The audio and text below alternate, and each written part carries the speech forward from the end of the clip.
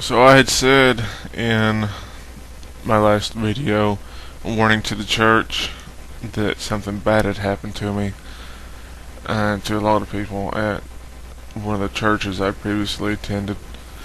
And I was just going to recount what happened there. I'm not going to name any names.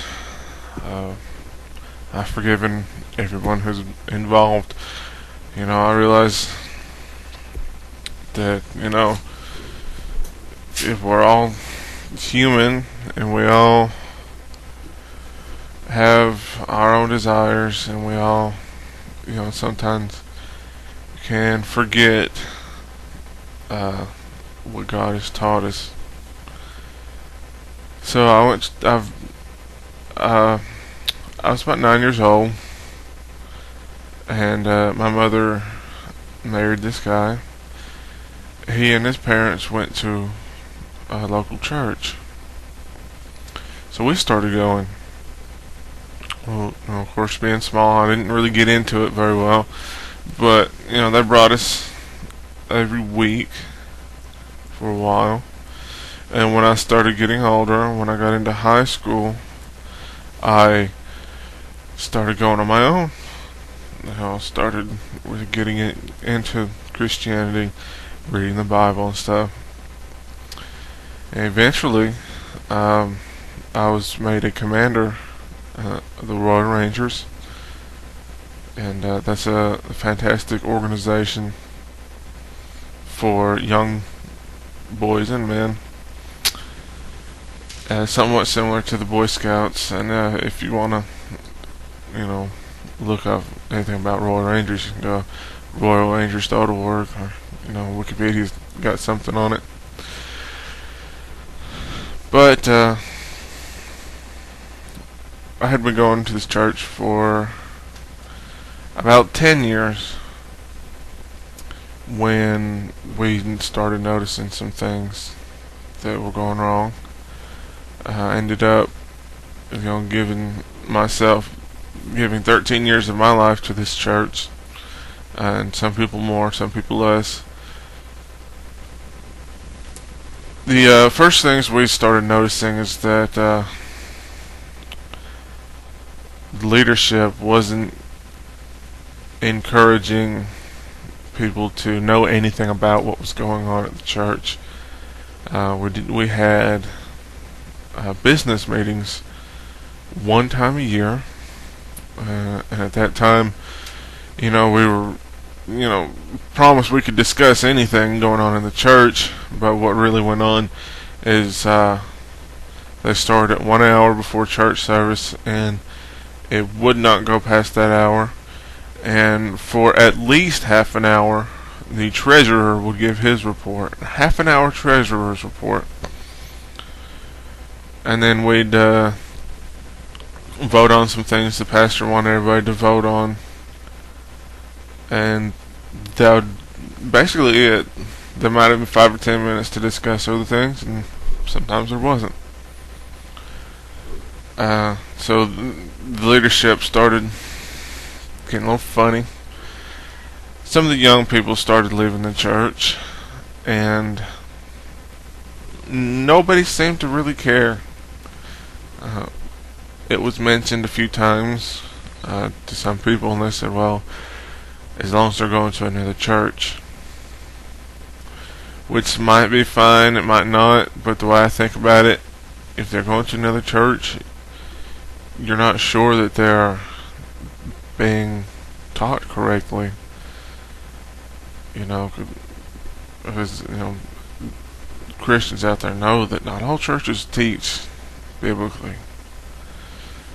There are some churches around here that teach that we are in the new heaven and new earth, which is kind of odd, but they really didn't seem to care about that. And we had deacon elections one year, and the pastor said, if you want to be a deacon, you write your name down on this list. And at least to me, the biblical way to choose deacons in a church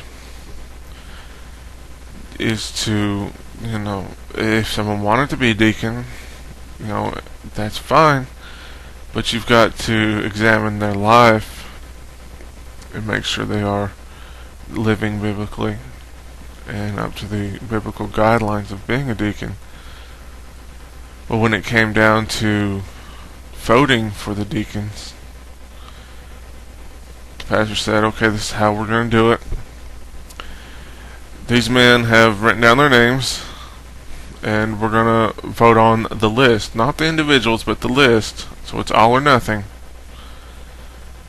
So, I abstained from voting, so did some of my friends, but a lot of people voted yes on it. So everybody that was on that list, whether, they were actually qualified or not, could be a deacon. And there was an issue with one particular man who was not what I would consider a good member of the church. He came and went a bit, and he was gone for months and months at a time. Then he came back and signed up to be a deacon.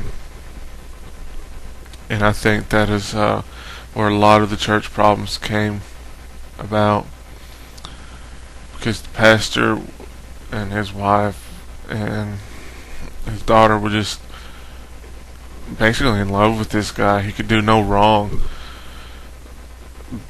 That's not how a lot of us saw it, though. And I think that's part of what turned the leadership away from God's path. So we were having another business meeting, and a month or two prior, the pastor said, if there's anything you need to speak about, write it down and submit it to the deacon boards, and we'll discuss it, and we'll talk about it at the meeting. So I went home and I wrote some things out, just some little things, mostly, but some of the things that were bothering me, like the young people that had been leaving the church and stuff. And I submitted it to a deacon, and this deacon is my best friend's father. He's a very good guy, very strong Christian, and he was one of the people who thought there were problems in the church. And what I did is I wrote down what I needed to talk about, and I wrote a paragraph or so detailing why I thought it was important that we talk about those things. Well, and I emailed it to this guy, and he emailed me back and said, these are very, very good points. Do you mind if I submit this email in its entirety to the deacon board? I want to get your permission first. I said, okay, that's fine. So he did, and the deacons, if I'm not mistaken, they had a meeting 2 weeks before the business meeting. And the pastor was the head of the deacon board. So all the deacons got to see it, and they read it. I heard nothing about it until the day of the business meeting.